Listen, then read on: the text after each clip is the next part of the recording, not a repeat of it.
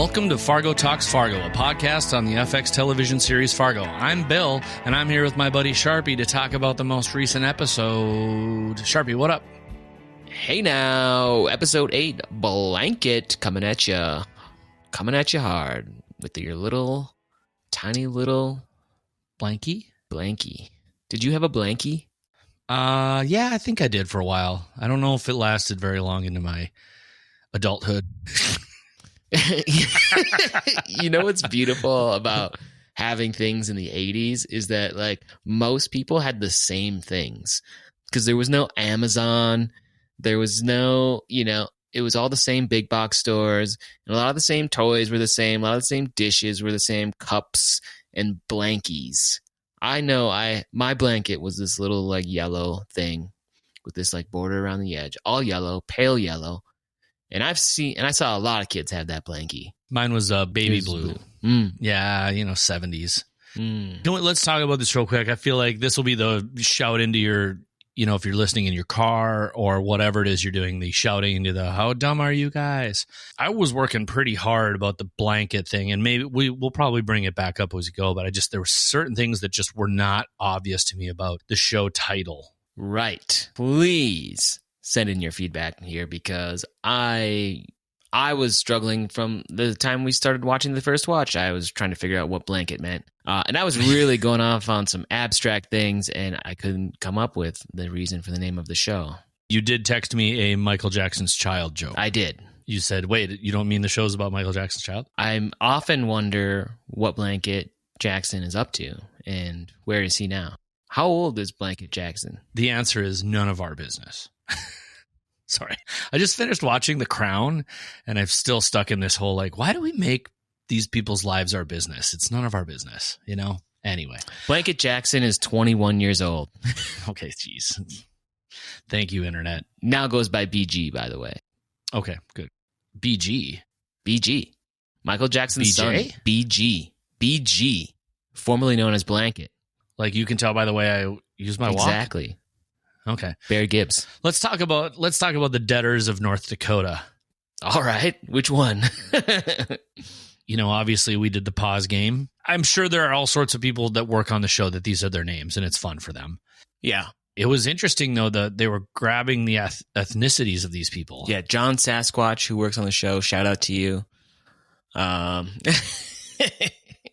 yeah, I'm talking about Marlon Everett, John Sasquatch, and Blue Noyes? Is that what it was? Yeah. Blue Noyes or Noyes. Oh, Noyes. Yeah. I don't know. Marlon Everett, John Sasquatch, Blue Noyes, all around 6 feet tall, which is kind of what I figured he was going after. He was going after white males around 6 feet tall, trying to find people that look about the same and are about the same height. Which is weird that you in your debtor's book, have like heights and stuff. I, for some reason, thought the one first column was like WH was for like white, WH. But Everett is WT, John Sasquatch is an A, and Blue is a B. And he's also 6 feet tall and has black hair and black eyes, which I thought was a bit interesting. Black eyes. Yeah, go back and look at it. But yes, they are. They're 6 feet, 5'10", and 6 feet. But Blue Noyes is 131 pounds. So I was confused. Maybe there was more than one he approached. Maybe we were only seeing a few of the selections. Sure. Because both Everett Marlin and John Sasquatch owed a very similar amount of money as well. Mm. The question I thought was, to do this, to change their name, did they wipe their debt clean? Or was it, nope, you don't get to choose. This is just what's happening. I mean, I assumed they got to wipe their debt clean, but you never know. They could have been like, we'll not charge you some late fees. But that's a pretty big deal. I mean, a lot of hassle going through there. So I like to think that their debt is wiped clean. I mean, look at that book. They've got so much.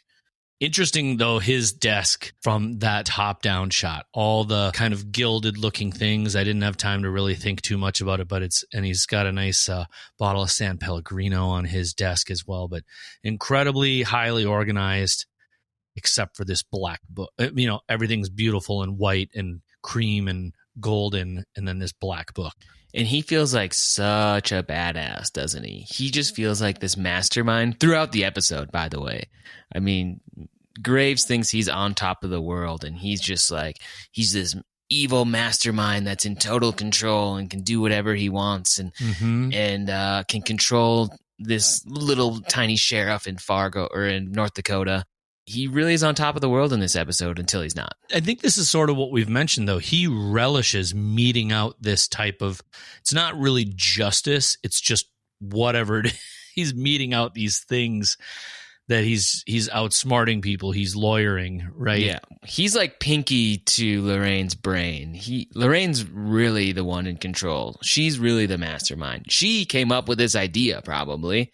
I don't know. I think he might. You think so? I think that's why he's even more happy about it, is that he hatched the plan and he's going to do it. She's like, we need to fix this. We need to mess with this election. And he's like, oh, I got an idea. Okay. And then his idea sent Graves to his grave. I don't know if it was this idea. That's the idea he had later. One of his ideas, I guess, did. Because that was definitely his idea. Gator's new Porsche. Yeah. We learned in this episode that Gator really likes to fishtail it out of the yard. That's true. How great was this whole courthouse thing, though? Because when you first watch this episode, you are as confused as the clerk in the courthouse, right? Yes. You're just like, what is going on? We went through this book, and then you see these guys in the background raising their hands, and he's like, and then she's like, and they're all changing to the same name, and it's totally catching me off guard. I'm just like, what is going on here? And they don't like do the reveal right away. It's still a couple scenes later, and so good. It is great, though, in hindsight being 2020, when you look back and you realize that two of the guys are very similar height, about 6 feet, and the other guy's just a bit shorter at about 5'10", and it's squared up very nicely. And I think they do a nice job with that. But what I also loved about this was exactly what you said, and the fact that it's kind of this, hey, it's the law. If people want to do it. And that's why the lady's like, okay, whatever. Yep. Ka-chunk, with her little stamp. And it's kind of the truth, though. You know, it's really not even a statement about North Dakota or Fargo or anywhere. Hey, man, if I want to change my name to Charpie, I can. You can do whatever you want, which maybe this is also a signal of, oh, I'm sorry, you can just change your name. You can change certain things in this country, but definitely don't change the other stuff. How dare you? Yep. God is my... Okay, not going down that road. You can change your name, and then it's... I mean, you said it. You can change your name, and it's reflected in the next scene at the hospital, you know? Mm-hmm. Dot doesn't want to sign out of the hospital because it says Nadine Tillman, not Dot Lyon, not Dorothy Lyon. It's not her name.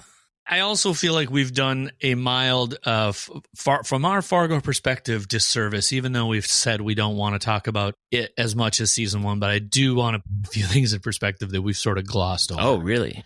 Dickinson is where Stark County is. Bismarck is nowhere near it. Minneapolis, which is near Scandia, is not near Dickinson. And I just want to put this in perspective. It's the magic of TV and film, but just so you know, Dickinson to Fargo is like 4 hours about. Maybe more if it's snowing. Dickinson to Bismarck is an hour and a half. Bismarck to Fargo, I don't know, 2.75-ish hours maybe, because you got to go cut through some cities. But I mean, Minneapolis to Dickinson, though. So for Scandia, a Scandia person, or for Whit far to go from the Dickinson area or Bismarck, that's like 7 hours. Or Scandia to Dickinson is almost 7.5, 8 hours. Just want people to understand. Yeah, not a big deal. It's less fun when you know. It's more fun just hearing it is sort of. It's more fun hearing the cities, you know. Yeah, well, that's what I mean. But at the same time, I was just like, Whitfar is over there. Okay, he's from. But I'm like, what is this dude's region of as a state trooper? He covers some ground. He does. He's very clearly I-94. Can we give a big shout out to Drunk Jim, who brought Whitfar into the scene for us at the hospital? Yeah. Did you spend 10 minutes trying to figure out what song he was singing? I did. Couldn't figure it out. I assumed you would go down that road. I was like, Bill's definitely going to want to figure that out. I've had a few times this season where I was like, Bill, stop it. This doesn't matter. But I'm just so curious because it's really a vision into the writer's mind. You know, what's on their mind. Or maybe he's just an improviser. But I did think it's funny that they did name him Drunk Jim. Capital D. Capital D, Drunk Jim. And he's like, am I under arrest? He's like, no, you're just an idiot. I think I've heard that before. No, I've been pretty close to that a few times myself. Are you arresting me? No. You're laying on the ground, sir. Please get up.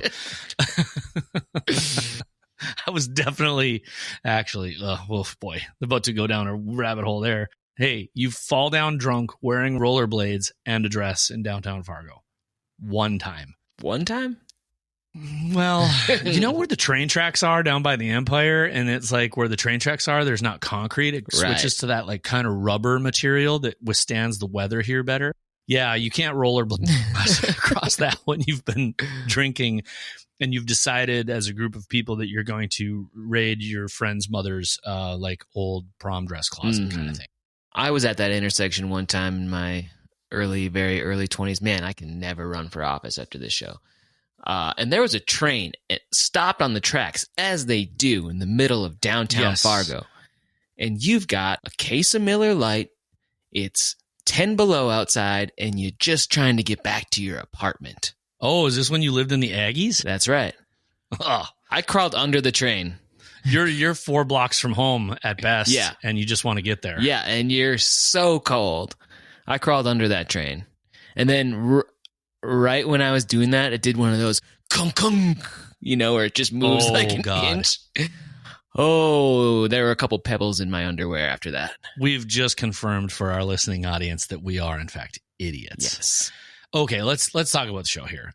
Second watch for me was immediately, it opens just straight away with Roy. He shoves her a thing and is like, do this. And then she tries to give her either the zip top bag with some meds or something in it. And Roy immediately confiscates the only thing that could be a possible possession to her. I mean, we know this, but just such a dick out of the gate. This scene is just, it's sort of tough to watch, but also beautifully played.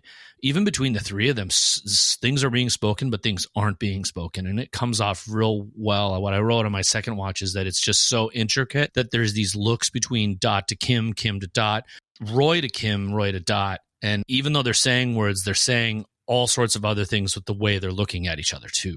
Everything has a double meaning. Exactly. Yeah. Everybody's kind of wearing this mask and could be communicating more than they are even, but still doing a very good job. And I think that's what makes it more interesting, because Dot could easily be like motioning with her eyes way more, but she doesn't.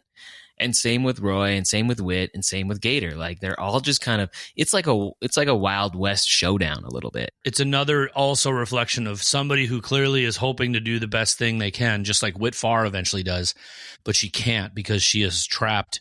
So to, in some ways in this world of, I will mess somebody up who means something to you. It's terrible. The amount of power someone like Roy seemingly gets to wield against so many people. And then we get the nice break from Drunk Jim. Yep.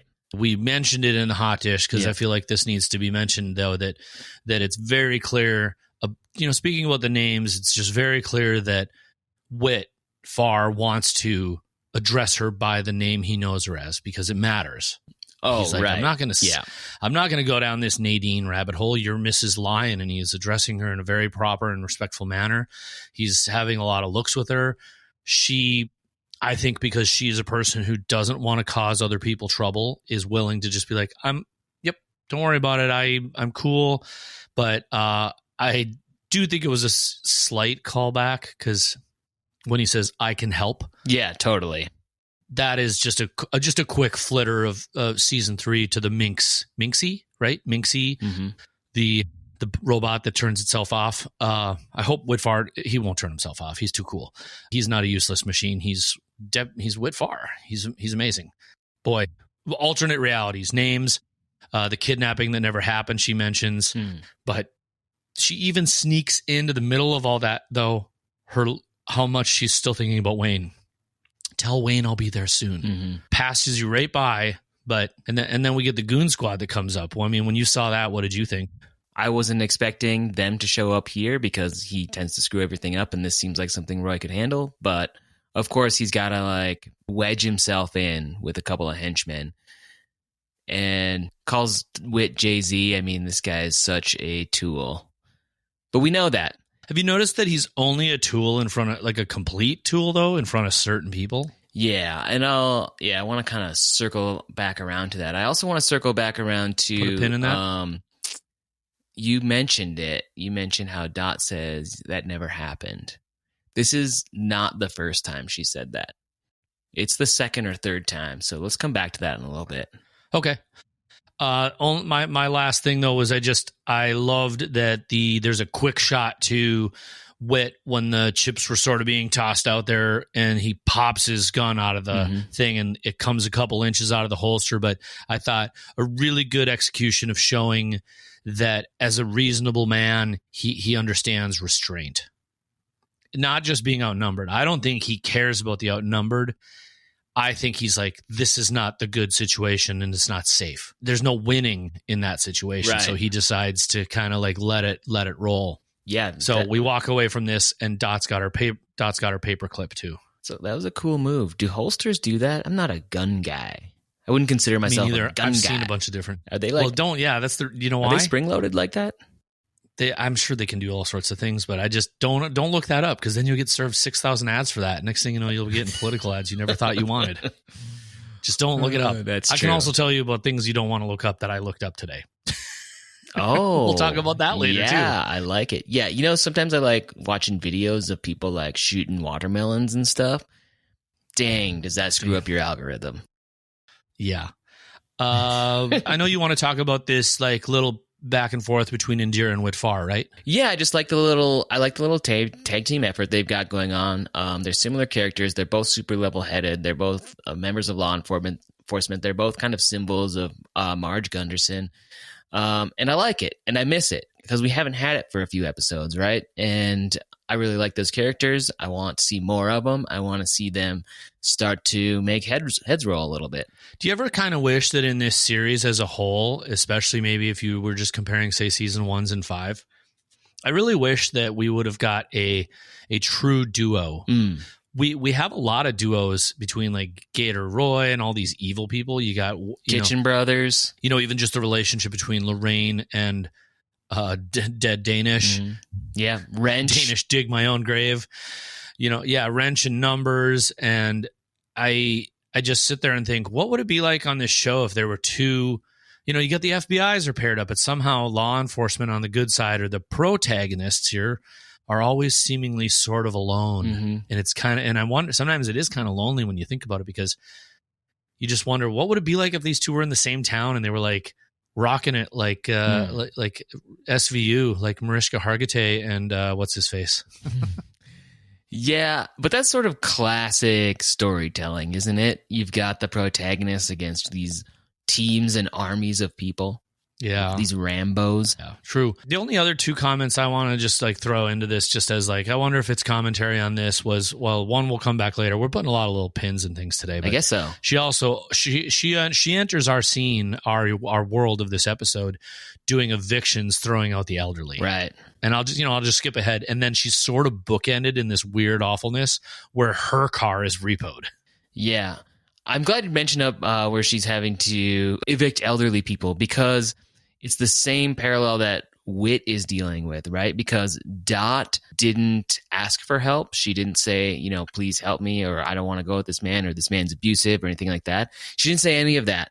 So Whit is obligated by law to follow the law, even though he wants to save her. He wants to take her home. He knows she's in trouble, but she won't admit it. She won't ask for it. She won't tell him. So his hands are tied. And that's the same thing that's going on with Indira. She doesn't want to evict these elderly people who probably can't pay their bills because inflation has been skyrocketing and the economy sucks and all this kind of stuff. And they're on a fixed income and they're probably helpless. But now she has to evict them. Out west, rents skyrocketed through the oil boom. Oh, yeah, right? Sure. I mean, this is a literal thing out western North Dakota. Older people who wanted to stay out there and live out their golden years were unable to. There was a massive problem in North Dakota through the oil boom. That's right. Sorry. So anyway, that's exactly right. But you're right, though. So she was having to do her job. She was having to uphold the law. So her hands were tied too. So they're both doing things they don't want to do because of this oath they took to uphold the law, which sucks. And here we have exact opposite of them, this other guy who is literally taking the same oath and doing whatever he wants. The way Whit also says, she had that look like those internet hostage videos people watch. And I thought, aren't we're so weird the way we watch all these things. Do you know what I mean? Yeah. like we take such a thing. And I mean, I don't want to get us deep down the rabbit hole, but I immediately thought of Killer Mike from a hip hop group. I don't know if you know, around when George Floyd's murder, he said, he called it murder porn, the way we keep rewatching just awful things. And I just was like, yeah, hostage videos, these things. We are a weird species in that sense, that we're just fascinated by that stuff. We've talked about, I think in this show multiple times, how they mention a car wreck and everybody has to look, a house fire and everybody has to look. Like, what is it? What is with us?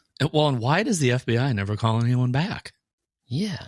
And where is the FBI right now? That's, you know what? This is an excellent point. Like, I thought, okay, they're reminding us that the FBI is in play here. Mm-hmm. Those two are not just going to vanish. There's going to be something that has to happen in the next 2 episodes with the FBI. Yeah, I mean, there has to be. But to be honest, I'm so uninterested in them, in those 2 characters. It's kind of the government, though, isn't it? Sure. Yeah, I guess.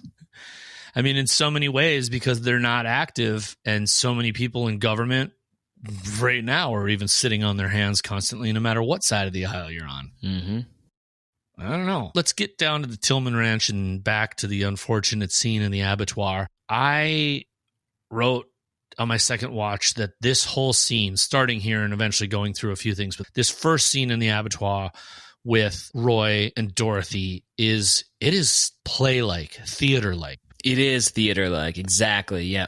It is just like there's very few shots. There's not a lot going on, and it's what I love about it. And I have to wonder which episode, because both John Hamm and Juno Temple, the J-Team, got nominated for an Emmy this season, and I am starting to do the whole, what episode did they submit, right? Because I don't know what the rules are for Emmys. I think the episodes have to air in the year you're nominated. Yes, I'm pretty sure that's true, but I did not know that's how it worked. I didn't know it was like based on a episode. It's generally based on an episode. You submit an episode, because they're not going to make people watch the whole season. You can't do that. You submit episodes or sections of things. But I don't know, this scene between the two of them, the writing, the acting, the most basic of cinematography just does so much for this scene. I don't know. I hate to call a hostage scene beautiful, but it really is. And it's lit that way too. It's lit with lights coming in from the sides and from up top. I know that just sounds like regular lighting, but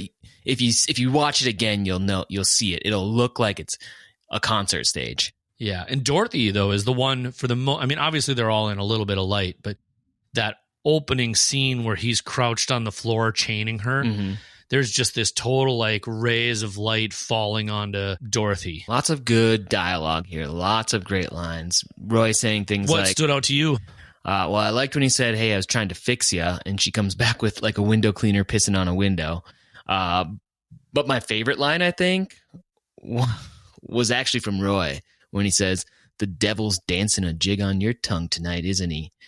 Just a jumping and a jiving. I was trying to decide if that was him slighting multiple people. I wondered if he was trying to slight the Irish a little, and jumping and a jiving is a Cab Calloway song. So he's equating those things to devilish stuff. That's true. And there's been multiple Cab Calloway references in this season. Yeah. I like that too, because I did put that in bold. But, the one thing that I thought was also very telling when Dot was talking about a new day coming, and it was so clear that even though she's been gone, she knows Roy better than Roy thinks she just doesn't know. She says, you don't even have a plan, do you? She knows his lack of patience and planning. She knows he's impulsive. And of course, Roy leans directly into God has a plan. And he's like, you broke God's laws. You broke my fingers, my call, Yeah, I mean, I think this is another commentary on the far right. And I hate to keep going political, but that's what this show is. I think it's another commentary on that because the far right has no plan. And they've been given many and many and many opportunities to show it. And they've never had it. They never had it when they wanted to repeal Obamacare. They've never ever had a plan. But for some reason, all of their ideas are the best. And they live in these tiny little echo chamber bubbles where they just argue with themselves. Not like across from each other, but literally one within themselves they argue with. When people do that. and they play both sides of the story, and they make the other side just sound absolutely crazy because it's all in their head and they're trying to justify their position. Right. And they work themselves up into this tizzy until, like Dot says, she says, you believe it's the world that's gone mad. He's crazy and thinks the world's gone mad, but it's because he can't hear the sound of his own craziness. Exactly. It's like you're so frothing at the mouth. And I also think, it's that whole, what you're talking about a little bit too, just even if you remove the politics from it though, right? Like if you remove politics historically from it, it's also the religious, the overtly religious, Okay. Even because there are very religious liberal people in some history of the world we're talking about generally that have done terrible things to people. And it's that mysticism, like he falls back to it's God's plan and he thinks he knows God better than anyone, And so it's just whether it's the law or religion or something, all things that could inherently be valuable and good, right? Because I'm not trying to be anti-religious with my discussion here. I'm just saying all things that could inherently lead through certain ways of following it could lead to good things, can also lead to terrible things. That's right. And that's tough. Not tough like Wayne needing his Lactaid, which we finally got that solved, that the mac and cheese and the Lactaid is for Wayne. It's very Fargo. Some people might find it off-putting, the jokes about the midwife. We're also very confirmed that Scotty is her daughter and Wayne's. Yep, that's finally their child tied up, because it wasn't just her saying it. It was Roy saying Scotty is fruit from the poison tree. Yeah. That's when I went, okay, now that Roy's even acknowledging it. But what I thought was also interesting in this whole breakdown too was he promises hand to God that if she begs him to stay and means it or whatever, right, he'll let her go. But it's another paradox. Does she want to stay if she says it? Does it mean it's true? And if it is, she means it, he says he'll let her go. But how does she mean it? Does she really want to say, or is she lying? He presents her with an impossible situation, but you have to wonder, will she do it? But eventually her promise is that she's going to break it. And she's like, my promise is I'm going to kill you. And I kind of like that. I like it. I like that he presents her with an impossible situation, meaning that's the only way that she's quote unquote. And then on top of that, it also means that she has to believe he'll live up to his word. Right. That to me is also a very tough set of situations. Right. And she might believe him his word a little bit, that she might be let go, because right now she thinks that Linda is still alive. What a harsh realization for her in this episode.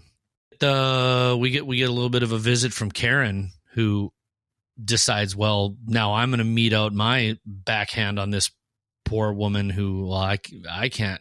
Roy hits me, I'm going to hit her because I'm not happy. It was a pretty good, one more wife, he gets a set of steak knives, which, by the way, is second place in Glengarry Glen Ross, right? I believe so, yeah. Second place is a set of steak knives. Third place is you're fired, I think.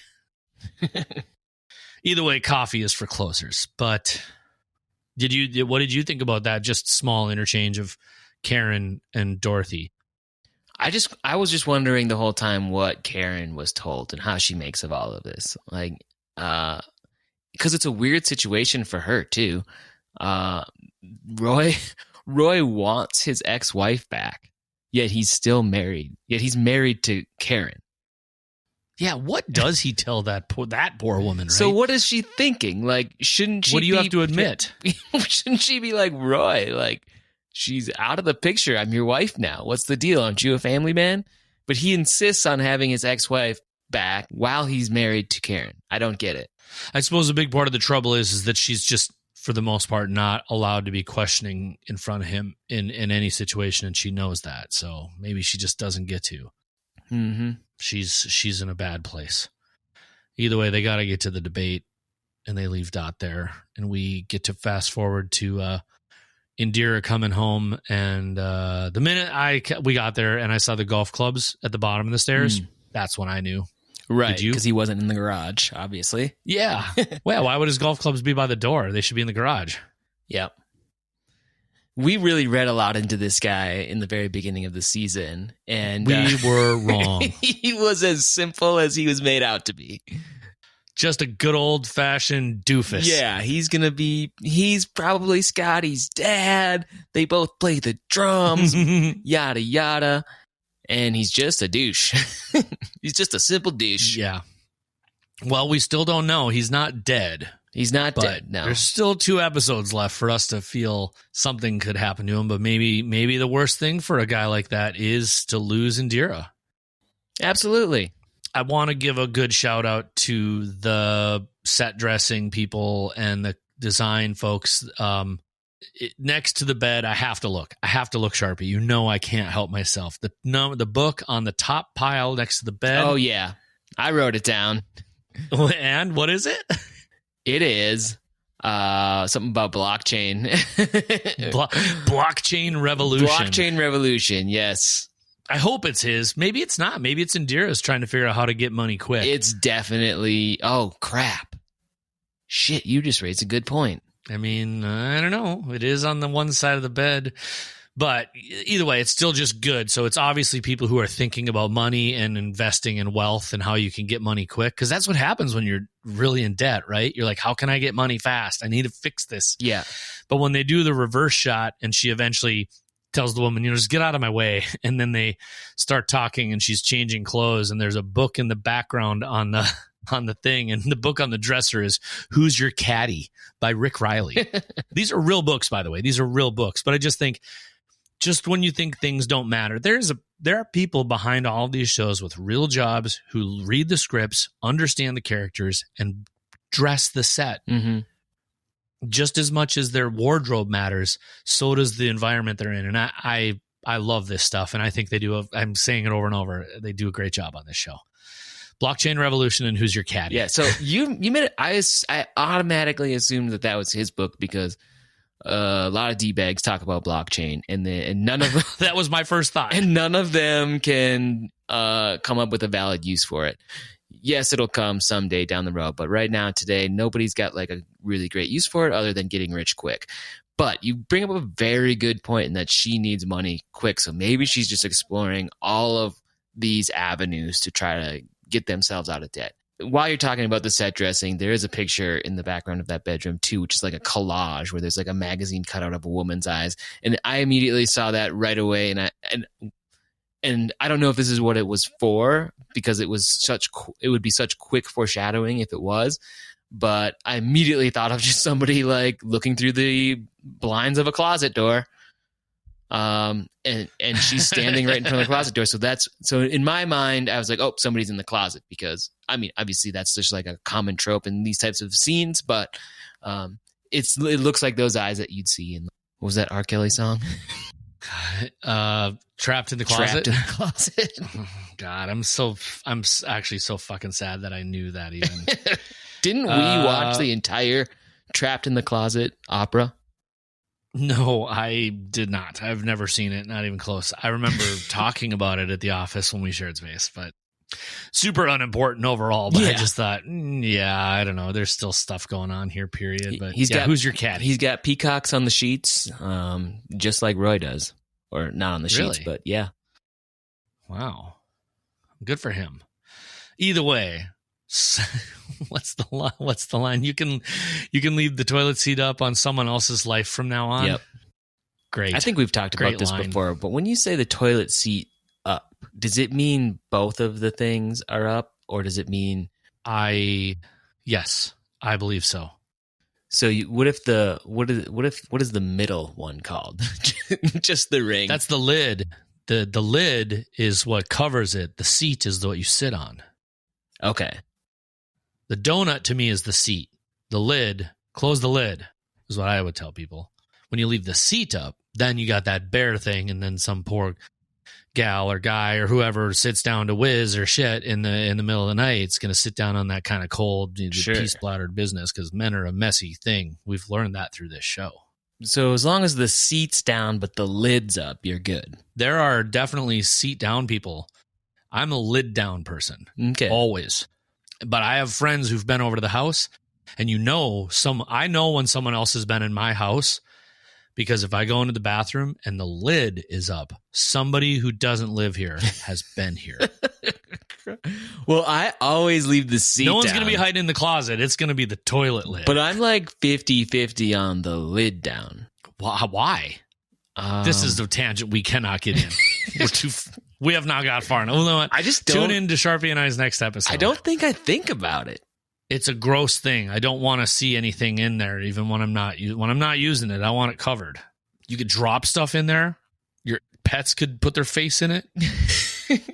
I guess your cat could jump in it, which has happened. None of these things have ever happened to me. Well, happened to me. I think it's an irrational fear. Had one of those over. You know what? Why are we doing this? Those over the toilet like organizers for people who need extra space in college. Yeah, we had one. Had our toothbrushes in it. I always put the lid down. One day I go down there, toothbrushes in the toilet. Why? Roommate peed. Somebody bumped into it. Toothbrush fell off the little stand and the thing there, and bloop. Wouldn't happen. Somebody put the lid down. Dude, it's a giant hole you put the things you don't want in your body in. Your toothbrush would have just fell like next to the toilet onto the floor onto the dried pee splatters. Let's and then you would have let's bookend this. Let's bookend this shit show we've started. Do not cut this out. Let's bookend this shit show. She takes control into her own hands. She leaves, and unfortunately, her car is repoed, which is capstoning the fact that she was taking back people's property because they couldn't afford to pay their bills, and now her mode of transportation is now disappearing thanks to her shitbag husband and the fact that she works. And in fact, she would rather have a wife too, maybe even a man or a real man. Anyway, debate time, Charpie. And I don't mean debate whether the lid or the seat are up. Well, Lars still has the Jeep, so she should take that anyway. Anyway, it's way better. Especially of course he drives a Jeep. Only idiots drive Jeeps. Yeah, that's true. Oh, wait, don't you have a... Okay. Oh, yeah. Talk to me about the debate. All right. Well, it's the Stark County election debate. It's the Stark County election debate. It's a packed house. How many sheriff debates have you been to, Bill? A little bit of me wondered, was it more than a debate for that? Was it like a multiple, because it does say Stark County election debate, not sheriff election. Maybe the opening of this thing was, we'll do sheriff, then we'll do some county commissioners, then we'll do, Okay. So, just saying, all of this is unreal. Yeah. Well, this is where we finally get that payoff from the very beginning of the show. Wait, I want to say this that I just thought of because you brought it up. I also never thought school board meetings would be this well attended, but if you got to put on a mask, there's going to be a shit ton of people there. Yeah, well, it's interesting that you bring that up because that's what I thought of too. Very first episode. And we end this scene, we'll come back into the middle of the scene, but we end the scene with Roy punching out the debate moderator just as Dot punched out the cop in the school board meeting. So they both find themselves in trouble for similar things, even though hers was completely innocent. One of them ended up in jail and the other one just left. But that's what brought them back together. Oh, gee shucks. In a bad way. But yeah, this is where we get that big payoff and we find out what Danish Graves has been up to. And what a payoff it was. When they first kicked this scene off and you see these three guys in cowboy hats, I still didn't put it together. I was just like, oh, classic, just a bunch of privileged white men in their cowboy hats trying to rile up the crowd and win some points. and then she starts naming them off. Oh, this is Roy blank Tillman, Roy whatever Tillman, Roy whatever Tillman. Then I was still like, oh, they're all related or something. And then like it took me so long. I'm kind of embarrassed to say. Really? I'm just like, okay. The minute he nods to her and he's kind of like schmoozing the lady, like, what an honor. And then the minute he gets on the stage and I saw the shot down the stage, I was like, oh shit, these are the name changes. Yeah. And it's interesting how he denied the microphone and just and was just like, oh, they'll definitely hear me. Because he's a fucking blowhard, right? Yeah. Danish is a stylish guy. You mentioned his desk and all these flourishes and Everything's neat and tidy. He did a great job on the wardrobe. He really nailed it. He got the exact wardrobe that Roy was going to wear. It's super close, and that's what I thought. There's no way he would know, but if you go back and watch the scene, the jackets are not the same color. They're just the same shade, right? And I think that's all of us. Like I guarantee you, if you met somebody who says dress like Bill, they could be like, well, do you want me to dress like Monday, Bill? Because that's when Bill's clothes are usually clean, so he'll probably kick the week off in the winter with a flannel. By midweek, it's a t-shirt and a hoodie. It's just, as much as we all think we're kind of unique, we're not. We have patterns and stuff. But yeah, they did a good job. It's all bland, drabby colors, and the hat, that's kind of his signature. That's Roy's mega hat. So this doppelganger strategy that Danish and or Lorraine cooked up happened in real life. Did it? Yes. In 2021, this happened in a similar election in Russia. Please, I was going to say, please tell me it was Florida. I have that down as well. Okay. Oh my God, I'm so excited. Tell me more. Yes, this happened in Russia, where there's a guy named Boris Vizhnevskis was running for office, and two candidates actually legally changed their name to Boris Vizhnevskis, and they changed their look and everything. They shaved like him. They dyed their hair. They all look exactly like him. And you voted with their picture and the name. So it was three guys that looked almost identical in this election, and they did it specifically to dilute the votes. That happened in 2021. Then it happened again in Florida. And you might remember this. This wasn't that long ago. It was like, no, I don't. You don't? I try not to. Hey, Florida, I just want to say this. There are many wonderful folks in Florida, even some listeners, some who email us from time to time. But boy, when you get a good string of Florida man going, it's hard to be like. So sometimes I'm just like, I don't know. I just assume it was in Florida. Well, it was. Bath salt's capital of the United States. Yeah, there was a state senator. His name was Frank Artiles or something like that. He paid a guy named Alex Rodriguez $50,000 to split the vote between another guy of the same last name. Now, this guy didn't legally change his name or anything. They just had the same last name, because when you voted, you only would see the last name. So then there was two Rodriguez's on the ballot to split the vote. Oh my. And then the Republican candidate ended up winning by like 32 votes. And it was able to like flip the House or flip the Senate to Republican held Senate in the state. And that guy went to jail. I mean, they got caught, and that stuff is going on. You can't say that these are the only two instances of this happening, but I thought the Russian incident of this was very interesting. The fact that they all did legally change their name, and then they all dressed exactly alike. So that must have been the inspiration of this, or it's just like a coincidence. It's hilarious if so. Either way, I mean, but. Yeah, happened in Russia, happened again in Florida. It's probably happening all over the country because these people can't win on ideas, so they got to cheat.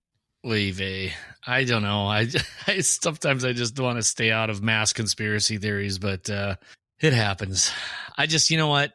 I just want people to vote, and I want voter confidence back. That's all. There. End of any rant that involves that. But wow, we're a long way in, and we have so much to cover still. I mean, I already brought up in the hot dish when he mentions the travesty, calling it a travesty, which to me is a very good Lebowski. I did my best. My voice is all screwed up all the time this year. Jesus Christ, Walter, why is everything such a goddamn travesty with you, man? When Danish leaves with his just massive satisfaction, right?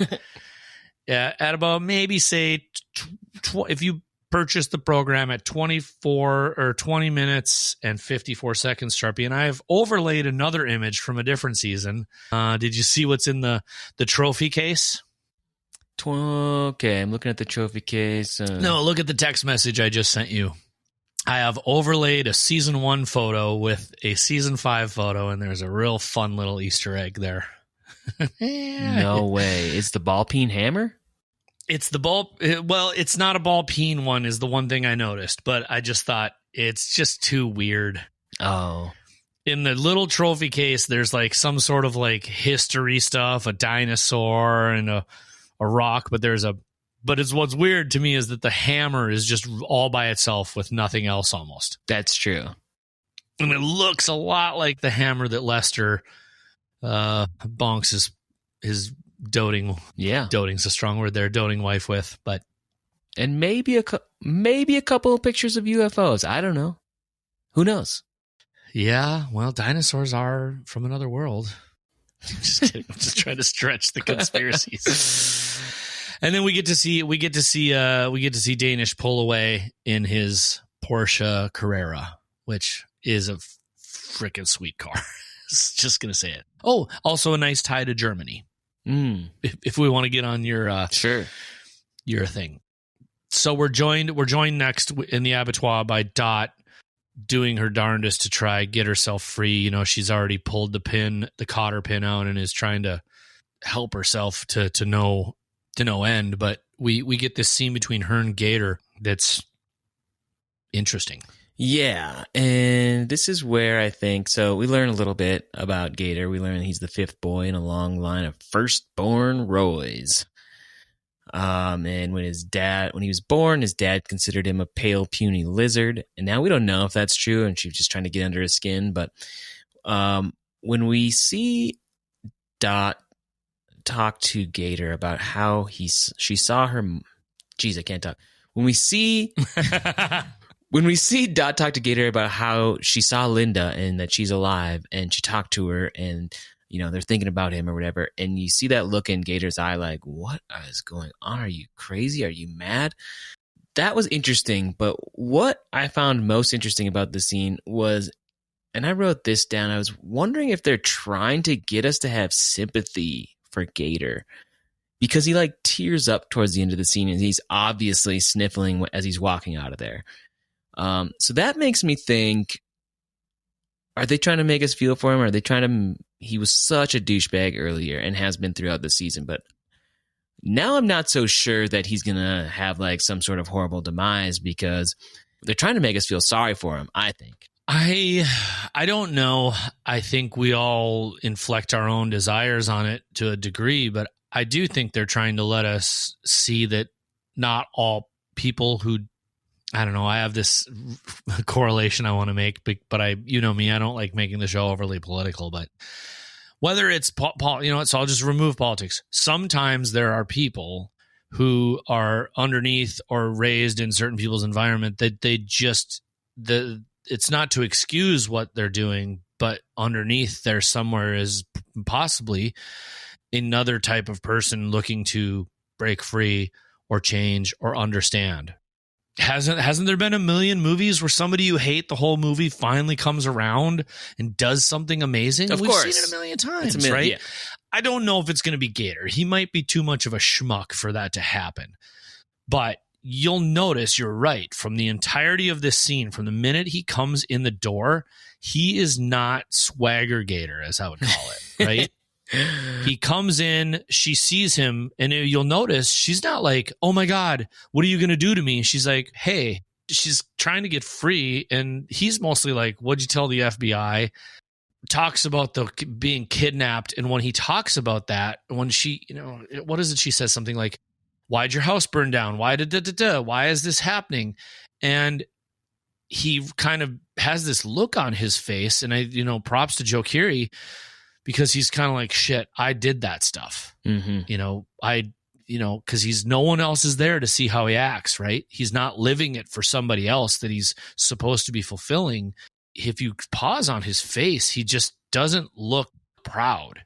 He doesn't look sad. He doesn't look proud. He looks like a person who's listening, and he just doesn't completely get it. And I think you're right. They're maybe trying to get us to feel a little bit of sympathy, or they're doing something, or they're trying to show us that maybe certain people aren't as black and white as they may seem. Mm-hmm. People kind of live in the gray.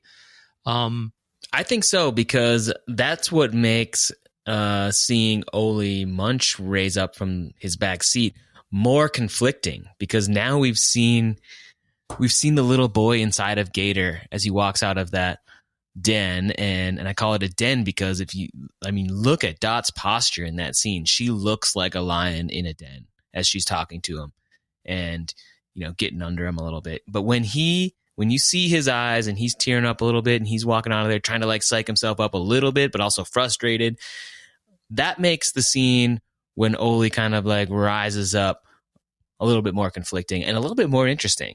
Because now it's like, oh crap, we just saw this guy's vulnerabilities and now this sin eater lurks behind him. Yeah, and it's I talked about it on the hot dish. There's a little bit of like sibling rivalry, but / mothering that happens here, where once he says something wrong, she unleashes kind of the meanest parts of herself.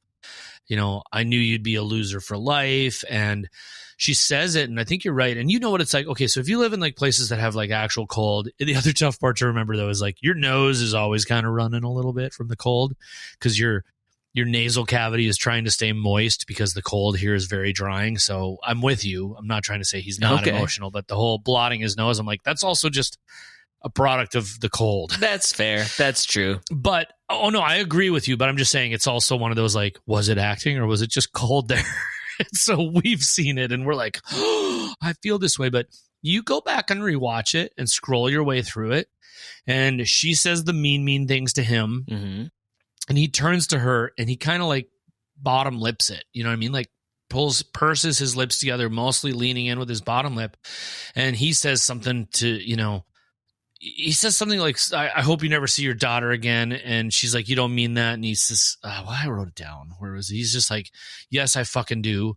You know, you don't mean that. Yes, I do. And when you turn back to her, her lip and mouth just lightly quivers because I don't think it's just that she's worried about dying. I think she's hurt that Gator said that.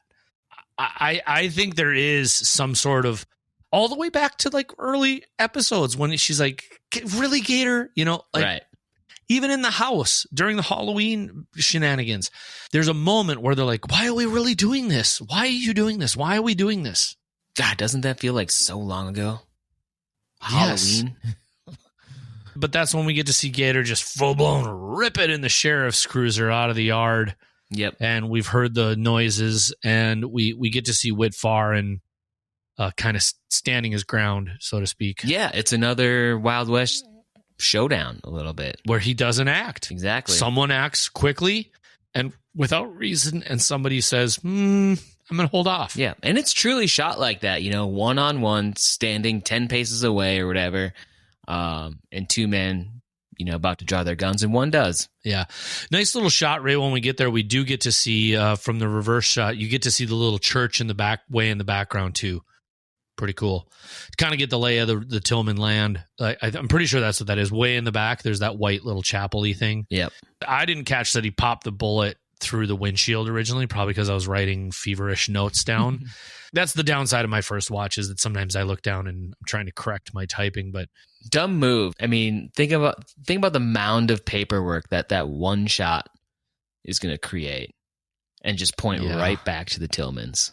What do you make of the whole idea, though, that here's what we didn't talk about in the hot dish, and we're just going to mildly speculate for a sec. Ole Monk is in the backseat of her behind a gate that you can't get through. So, I mean, I'm sure you could maybe bust a bullet through there if you put the nozzle up, or the nozzle, really? Somebody uses squirt guns and the nozzle of the gun. He's got a super soaker of cyanide back there. Is he going to outsmart him with wits? Because maybe it's equally that he can't go back and you can't get me. I'm back here. How's he going to get out? Like, he can't kill him from back there because he's not going to be able to get out. Well, that's the other thing. You can't open the back seats of... You've tried? I've heard. You know what? Just... Okay. I've been in a cop car once or twice, I think. Once on purpose, once not on purpose. Okay. I'm fine. There is no record. Don't Google it. There's nothing. I was young. What was it? What's this dumb thing they used to... Criminal mischief. That's what they always want to call it. Bullshit. Anyway, skateboard where I want to. Okay. People are learning things they don't need to know. Yeah, what's he doing back there? You can't open those car doors from the inside. I don't know. Only time will tell. Only time will tell. There's no way to like quickly disable it, is there? Otherwise, everybody'd be doing it. But isn't it also, you know, we're talking a little bit about our own like human. Oh God, I just want to see somebody get their just desserts. I don't know. Isn't watching this kind of like? I mean, thank God it's just like fiction most of the time these days. You know, this is This is our Roman amphitheater, right? The Colosseum. Mm-hmm. Where we literally want to see somebody. We're talking about who can't we wait to get murdered? Yep, murder porn. What's wrong with us? And immediately you pop it up and it just washes away any small about like Oli pops up and all of your feelings that you're like, maybe Gator could be good. And then he pops in and you're like, kill him now. Then he cut to a commercial and you're like, ah, damn. Yeah. Get a Snickers. Yeah. Snickers. The thirst maker. Fresh maker. The punch bowl. I'm just kidding. This is why we don't have advertising. Yeah, it's true. We end up so we end up at this. Take me somewhere else. Okay, I'm gonna get me out of this. I'm gonna take you to the Rushmore grocery store, where Danish is obviously on his way to go see Roy. Rushmore grocery store, by the way, call back to what season is that? That's season 2. Yeah, season 2. We saw Rushmore grocery store episodes. Lop Lop and the Castle is where we first saw the Rushmore, and that was when we were like hanging out in the Sioux Falls area. But I loved that. I love seeing the Rushmore store. Immediately made me think of that season. It's my favorite season. Love all the seasons. Love season 2 though. It's the place where the phone booth was that Ed uses trying to get a hold of the Gerhardts. Yeah. I really don't remember previous seasons as well as I should. Maybe we can get Dodd on the show. That guy hangs around here in Denver. I've seen him. Really? Around. Huh. I don't know what his real name is, actually. I'm sure he would love it if you just call him that. Yeah. Hey, Dodd. Dodd Gerhardt, right? Actually, the person never mind. We're not doing it.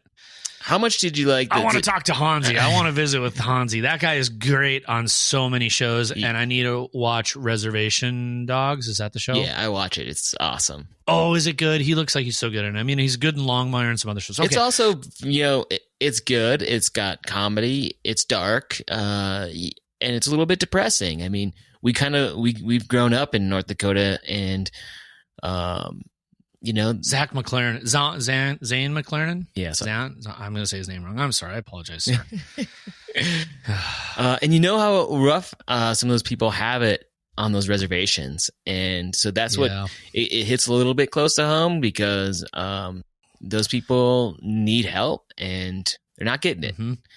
No. So that's where it's a little bit hard to watch sometimes, a little bit depressing, but it's a great show. Everybody should watch it, support the show.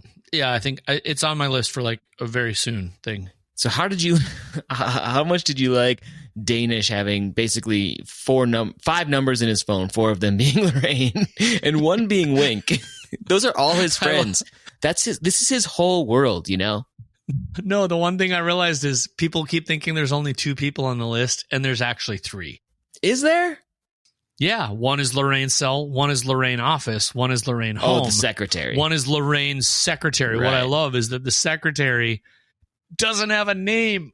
Yeah, it's Lorraine's secretary. It's like it can't say Jeff or Amanda or whatever, just Lorraine's secretary. I'm just imagining that Lorraine fires a lot of secretaries. Well, maybe it's the actual secretary like desk. Because there can be a desk called a secretary. Maybe it's just that is true. Part of the home. That is true.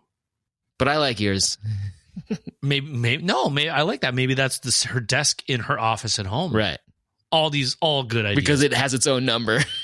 I also just thought it would be funny that it's just the secretary doesn't even have a name. Because I know who the name is because Lorraine goes through them like crazy. Okay. So these two gents have a little conversation here, and I don't know. It's a little confusing is not the word. It's just very obvious that the groundwork is laid down for like why he can't just go onto the property, not just the danger because it's just not legal and he can't do it. Yeah, and here we are again with Danish kind of thinking he's this authority figure, kind of thinking he's this mastermind, but really not grasping what Whit is saying, and it's kind of making him look a little bit dim, is it not? When he says, "What are you saying?" I wrote, "Do they not understand that Roy is a killer?" And it makes me wonder if somehow, sometimes, money underestimates violence and power. Yeah. Jesus fucking Christ, Danish, you're out of your fucking element here. Yeah, I think he's out of his element. Channeling my John Goodman. Without a doubt, he's out of his element. I don't know. He has so many choices he could make that he doesn't in this episode that I'd kill for a conversation about this with somebody on the show. Like, can you explain the background of this, or do you just be like, well, we got to get him dead eventually? I read an interview with Dave Foley. It was somewhat interesting. And what I liked... Man, how was it? Tell me. Or no, don't tell me. Well, one of the things I liked that he said was he spoke a little bit to how hard it was, how challenging he thought it was, which was surprising to him, to act with an eye patch, because you lose out on a very good tool, your eyes, within acting. So you only have the one eye to work with. And I thought that was interesting. I would have never thought of that. The moment I actually was thinking about this, I thought about the eye patch and these consistent one-eyed men and left ear problems. And is he dead because he doesn't have peripheral vision? Because your peripheral vision is a very serious lifesaver for you in so many ways in the wild. Being able to see things not coming at you from one side. And that's what makes me wonder, did he overestimate his game, or is that what they've been trying to tell us, is that he is sort of not short-sighted or myopic necessarily, but his vision is limited. Mm-hmm. His field of vision is true. Truly limited. That's it. That's good, Bill. That's good, Bill. Well, I'm glad I didn't actually write that down. I just thought about it. I thought it was dumb, and then until you brought it up, I wasn't going to say anything, but okay. Thank you. Back at the Tillmans. Karen, I swear you're a bag of bolts in the brain department. What a good line. This guy's not in the show that often, Odin Tillman, but he sure delivered here. Just one more man putting another woman down for just trying to do something, because she wasn't even trying to do anything mean. Nah, we really are the worst men. Fucking A. I just want to make sure we mention really quick. I don't know where it comes from. I don't know why, but The Shining is all over this show. The fucking Bopsy twins in the backseat. I mean, like, no adult I know would ever sit. We used to call that the hump in my days. You know, when you had to sit in the middle.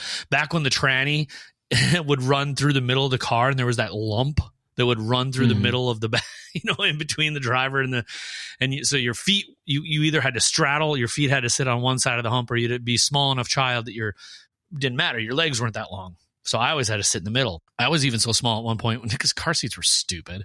You would just fold the little armrest down, and that's what I would sit on as a child in the car.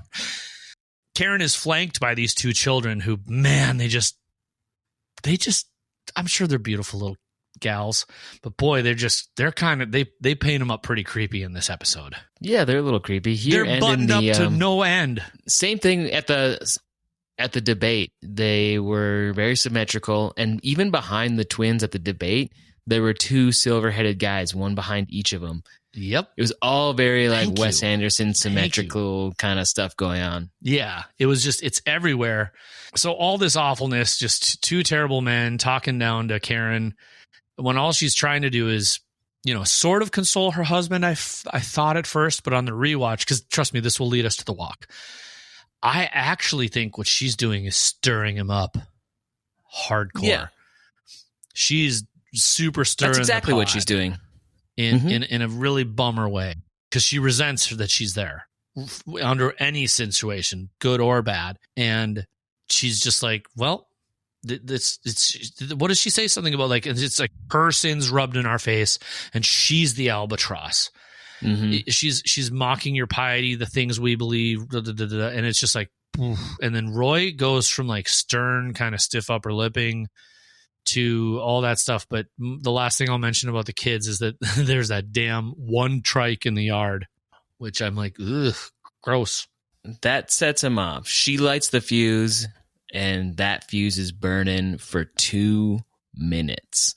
2 uninterrupted minutes. What a scene. How awesome was that? If there wasn't an episode that they wanted to submit for the Emmys, this would be a good one, because of both of the scenes in the abattoir and this walk. I mean, come on. How fun was that? I had to rewatch it, and then I rewatched it again, and I'm going to find out later, because I do eventually go read things, but not before we record. But I'm going to go ahead and I'm going to guess that people are torn on this. Okay. I only think it because I think people's attention spans have changed a little bit, and that they can't handle stewing and things anymore. And maybe this is just, give me the okay boomer if you want. That's fine. But I am with you. I was here for the walk. I wrote Roy's long walk to Britney Spears' Toxic, which interesting choice. I'm not going to say I like it or dislike it. I'm unsure because I was more caught up in it's not a true oneer like Steven Spielberg. But I mean, how many changes of emotion did you catch? Because I bullet pointed them out to what I was seeing. Oh, really? Let's hear it. You see him get out of the car and he's kind of thin-lipped and is just like, he originally just wants out of the car, right? So like around 31-25, he's just like, I want out of the car. And I don't think it's what she said. I think it's he's tired of this woman in his ear. And then he gets out of the car and now it's all kind of hit home and he's kind of like weirdly pensive about it.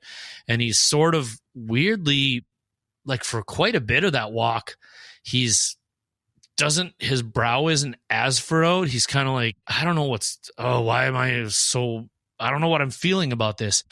And then he eventually gets to this moment where you'll notice it's all in his eyes. I mean, this is a ton of acting without words from John Hamm. And I mean, some people who've written in of like, man, you have got a man crush on John Hamm since season 1. I got called out on it, and that's fine. Because I do really like John Hamm. But then he gets like, so there's like kind of hurt. Then there's growing sad that sort of moves towards angry. And then you get like past like that camper and he goes kind of like weird and brooding to me. And then there's a moment where you realize he's unsure because here's the deal. Somewhere on this walk, this person is thinking about what was just yelled at to him and what's going on. And they're walking and they're walking and they're walking. And I do think there must have been something that happened because I was like, I wished it would have been a oneer from this perspective all the way. But then once he gets where he's going around that barn, they do a reverse shot from behind him and then they cut back. And that's where he's still sort of brooding, but just like starting to boil. And you'll notice there's a moment at like 33:20 where he just grimaces like, oh, Jesus. And he turns the corner and now he's in my opinion, is super clearly set. And this is the first time after you said, how many minutes? 2 minutes. Well, I mean, so let's just go with that. What did you see over that 2 minutes? Like, what was because you obviously timed it and you knew something. What did you think? No, that's just it. I mean, I was watching his face the whole time. I actually it stopped me in my tracks. I put down, I put everything away as soon as this started because about 10 seconds into it, I was like captivated. And I was like, oh boy, this is going to be good. I was not expecting it to be 2 minutes, but I was along that ride the whole time. And I was tunnel visioned in. I didn't go bullet point out all the emotions like you did. I just thought it was great television. I rewatched it and I backed it up because I thought, oh my God, someone's going to say this is too long. And I was like, no, there are like 4 to 5 things that happen in this scene without words. And I was just trying to be like, what is this character thinking in his head? And I thought it, might have started with fucking lady, this woman that I'm married to now and her dad are in the car. They're just fucking with me and they won't shut up. And who the hell do they think they are, putting 3 dummies just like me and creating a human echo chamber on the stage? And what is going on? And who is this for fault? And he's like, yeah, I mean, maybe she is an albatross, but it's Nadine. And maybe there's a minor amount of weird longing for him that he'd actually rather, as a sick person, would rather have Nadine than Karen. And what is happening in my life and where am I going? And maybe he's even having a moment of like, oh, dear God, please help me. And then eventually he realizes he's angry and, et cetera, et cetera, et cetera. What I think is the most brilliant, and I'm glad they didn't, because sometimes you don't have to see everything. Yeah, that's what I was just going to say. They do a good job of kind of speaking to domestic violence here. Yes. But not having to, exactly show it as much of a murder, porn, boner as society has. Yeah, and I mean, as the show has pointed out many times, there are scenes of domestic violence. If you, seek help, call somebody, get out, take care of yourself. That said, he goes in dude, and you, and I, wait, did I already bring this up? I didn't. I want to back up a whole bunch. You called it out really early in the season. Maybe I am repeating myself, and I'm sorry. It's just we both talk fast and furious. You brought it up very early in the season, like probably somewhere around when Gator and Roy were at the couple's trailer house, that you said something to the effect of like, Roy tries to break women the same way you break a horse. Yep. And here we are in this same sort of situation. And when we see him go, and this is what we were talking about, you don't have to show everything for it to have impact. They show Roy go into the abattoir, and everything from there is audio dialogue. And it's noises and the chain jangling. And she says, "No, Roy, what are you doing? No, Roy, wait." And he says something, and at some, he's like, "Don't do it, Nadine." And then there's a whimpering. And then, but odd enough, if you watch it back there is a horse snorting noise. Don't know why, but it says horse snorts in the closed captioning. I don't know if that's in there by accident. Unfortunately, storytelling done well about something awful. You don't have to see it. Anyway, you can do a lot without doing the standard of things. And yeah, this eventually plays into Roy standing over a very exhausted Nadine and some gross commentary. Yeah, and in this scene, Dot says how she's going to get out of here. She's done it before. And then what stood out to me, and this is coming back to one of our pins from earlier. Okay.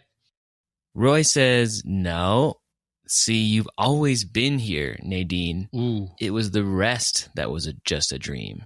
I thought that was mind-blowing a little bit. Yeah, so let's go down this conspiracy rabbit hole. Okay. This episode's going to be long, isn't it? Well, I mean, we don't have to go for too long on this, but I mean, come on, like multiple times. So this is the pin I'm coming back to when I said, let's put a pin in this, where Nadine, or Dot rather, has said multiple times regarding the kidnapping, that never happened.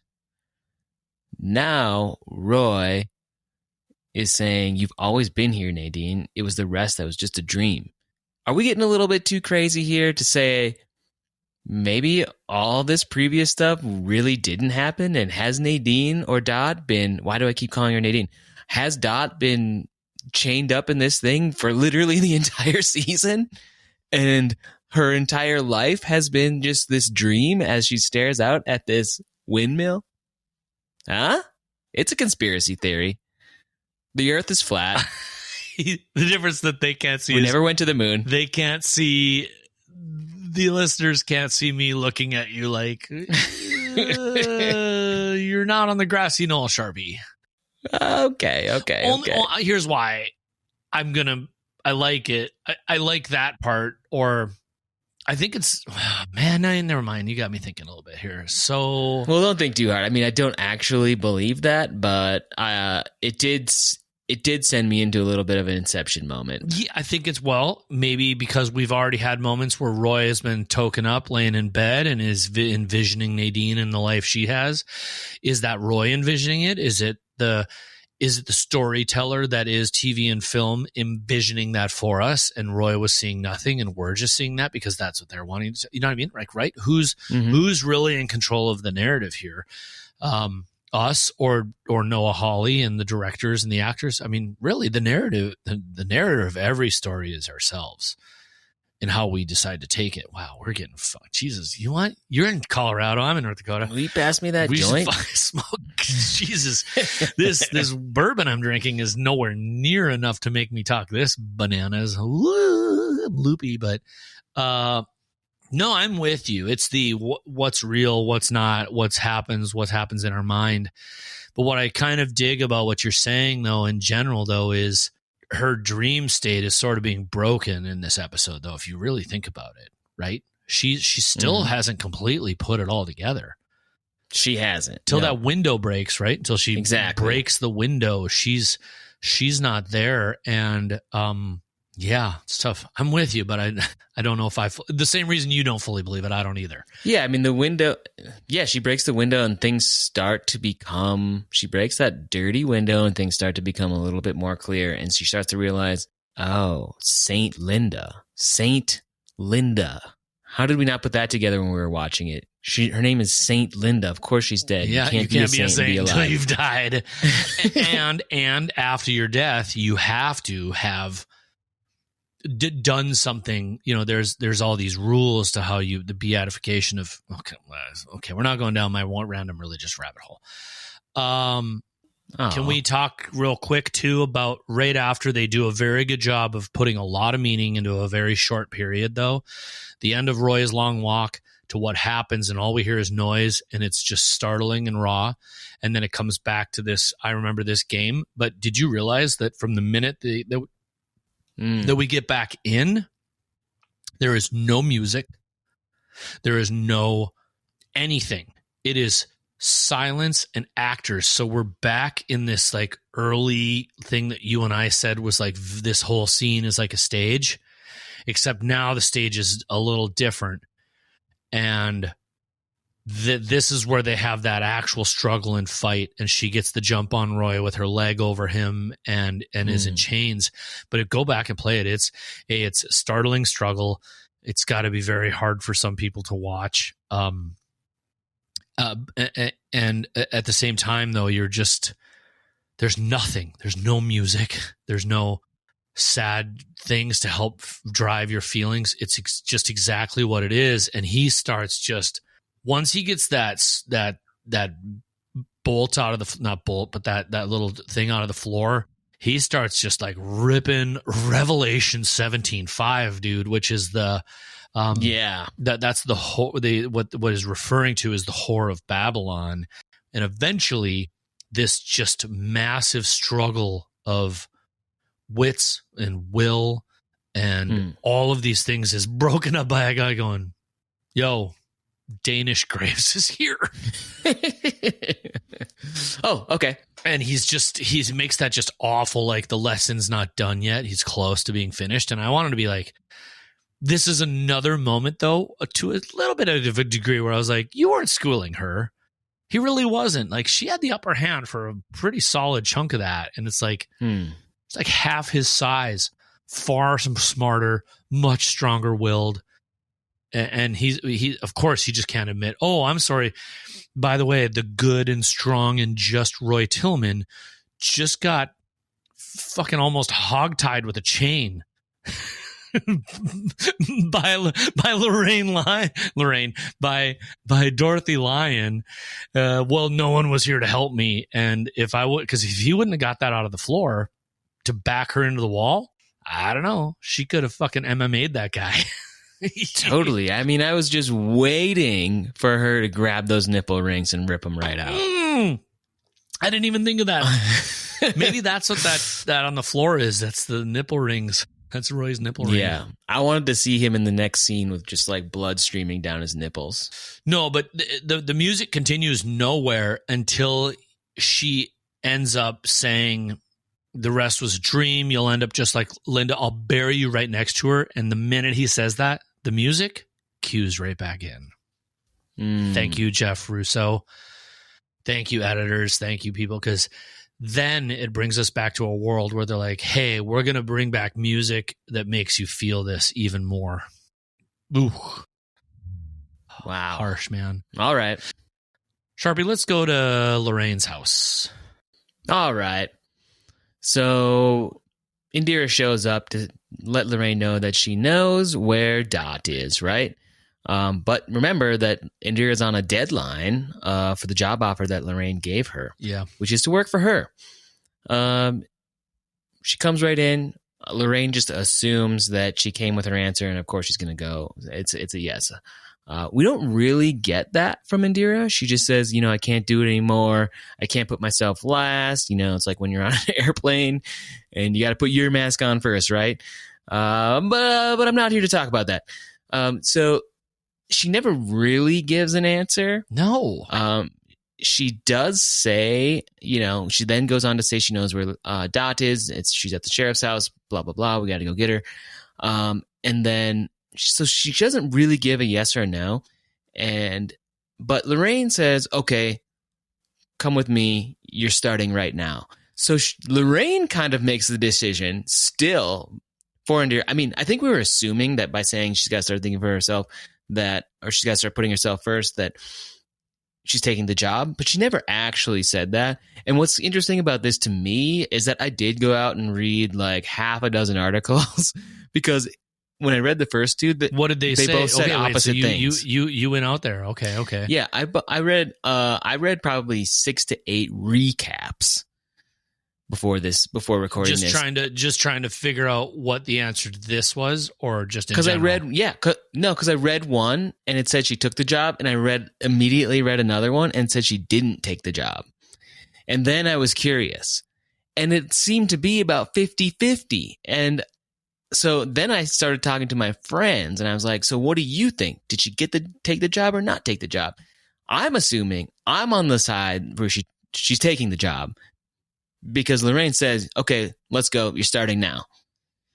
But what do you think? I'm with you. I literally wasn't sure she said, yeah. Okay, let's talk about that real quick, though. I thought it was originally, before I thought too hard about it, I just thought it was Lorraine knows what's best. And of course you're here to take the job. And what really is at hand here is Indira has just had an incredibly breaking moment in her life, and she doesn't know what to do with it. And she's been fed a completely separate crisis beyond that. And because of her job and her willingness to serve the public, she has to help this woman in some ways.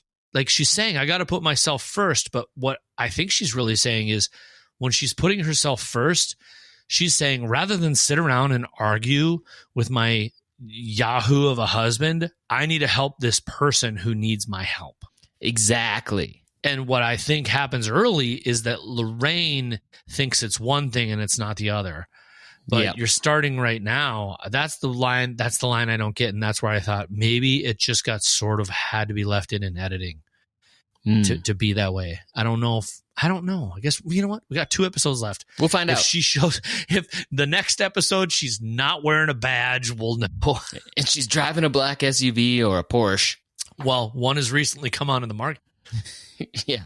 Regardless of the articles. Did she take the job, yes or no? I think ultimately, yes. I think she was going to, but I don't think that's what she was talking about when she first got there. Like you said, when she's saying, I got to put myself first. You just screwed me up. I was going to say definitively no. And then you said, yes, she did, but that's not what's important now. Right? That's what you meant? Right. Fuck. Yep. Nope. I'm going to stick with, I don't think she takes the job. Okay. All right, so we see a little quick montage from Dot as she breaks the window, looks at the windmill, and reality starts to set in. So this is all happening as Danish Grave pulls up to the Tillman house. One of the interesting things about this little montage is as Dot is thinking about all of things that had recently happened or not happened or were in her dreams or whatever. On the final scene of that little kind of montage, I guess, for lack of a better word right now, you see the puppets. You see Roy. The Roy puppet beating the Dot puppet or the Nadine puppet and marionette. Sorry. The 2 marionettes, before that scene fades into the next scene, the 2 marionettes fade out from the stage that they're on. And it's very brief, which made me again think okay, what is going on? Is any of this real? Anyway. You were in a tough spiral during this rewatch. I was, yeah. Too many edibles. Just kidding. The scene doesn't fade. The marionettes fade from the scene. And you're left with a very brief moment where it's like an empty stage. I'm just trying to help clarify for listeners what you're thinking. Thank you. You're better at that. I think it's not showing us that it was all of it was a dream. It's showing us that she was realizing the dream was her working through the thing and that Linda was never really there because Linda's been gone the whole time. Yes, you're exactly right. The real question here, Charpie, with Danish and Roy, and boy, that flag on the wall seems wonky. What did you make of that? Yeah, so it's a prominent piece in this scene, so we had to look it up, right? That's obviously a 38-star flag. I don't know if that has any significance to the Tillman story, but I find it pretty amusing, Bill, that I'm over here recording in Colorado. I'm originally from Fargo. You're recording in North Dakota, also originally from Fargo. The 38-star flag is the flag that came out when Colorado became the 38th state.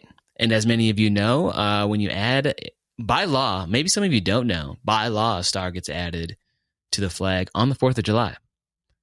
That's not necessarily when a state enters the union, but that's when the star gets added. So 38-star flag is when Colorado, where I live, became the 38th state. The next flag, so that was in 1876. The next flag comes out in 1890 when North Dakota becomes a state. Yeah, so I just found that fairly interesting. I'm in Colorado. You're in North Dakota. That's Colorado. That's the flag when Colorado became a state. The next one would be when your state became a state in 1889. The next flag had 43 stars, I believe, officially. North Dakota, South Dakota, Montana, Washington, Idaho were all added next. Really? Now you got me wanting to Google like U.S. flag history. It is pretty interesting, actually. So I love how tough Danish is acting. He's got such like a Danish has such like a puny little swagger in this scene. Hands in his pockets, kind of roly-polying forward. Yeah, he's like, look, today was bad for you, and you might not think it, but I'm saying it was real bad. Roy's like, whatever, dude. Danish pulls out his finger, his right-handed, snaps his finger like a weapon, and Roy's like, I have a gun in my drawer. Danish is like, I snapped my finger, though. I can help. He's like, look, man, you're going to need a drink for this one. Roy's probably half a bottle in the bag already. Oh, God, right? And I can make this go away like that, sucker. And he's like, yeah, I don't know. Pulls out his gun. And what does he say, Bill? If you're so smart, why are you so dead? Which, Charpie, you don't know this. I put the clip in the hot dish. Oh, the Simpsons quote interrupts our conversation, and it's like, if he's so smart, why is he dead? I don't know, man. Danish made a lot of calculated errors. This breakfast pastry is full of lead. So this episode, the way it was to me was sort of a lot of like punctuation marks on some of the things we've seen building up. Yeah. I honestly didn't think this episode of the podcast was going to be this long because that's how I thought of it. I didn't think anything. I didn't think there was too much to explore from like a deep storytelling perspective. Obviously there was, but I didn't think so as much as previous episodes. I thought this was just like a nice like staccato, just like boom, boom, boom. We're getting to the point. Things are wrapping up. Punctuation, punctuation, punctuation. Now let's tie it all up with the next two episodes. But clearly there was more to talk about than I thought. Good episode. Looking forward to the next two. You just never know what you and I are going to get up to in an episode. Two things I'd like to ask you about.